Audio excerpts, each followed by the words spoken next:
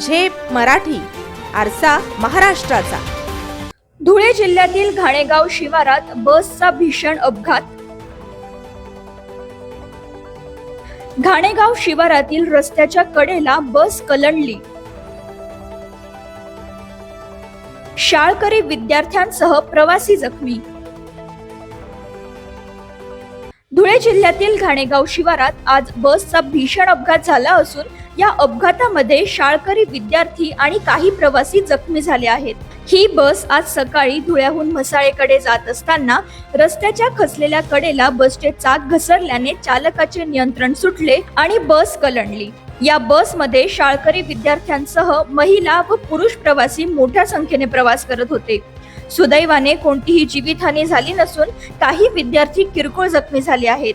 उपस्थित नागरिकांनी तत्काळ मदत कार्य सुरू केले आणि जखमींना प्राथमिक उपचारासाठी स्थानिक रुग्णालयात हलवले। बस रस्त्याच्या कडेला कलंडल्याने प्रवाशांमध्ये काही काळ भीतीचे वातावरण निर्माण झाले होते। प्रत्यक्षदर्शींनी दिलेल्या माहितीनुसार रस्त्याच्या दुरावस्थेमुळे हा अपघात घडल्याचा संशय व्यक्त केला जातोय।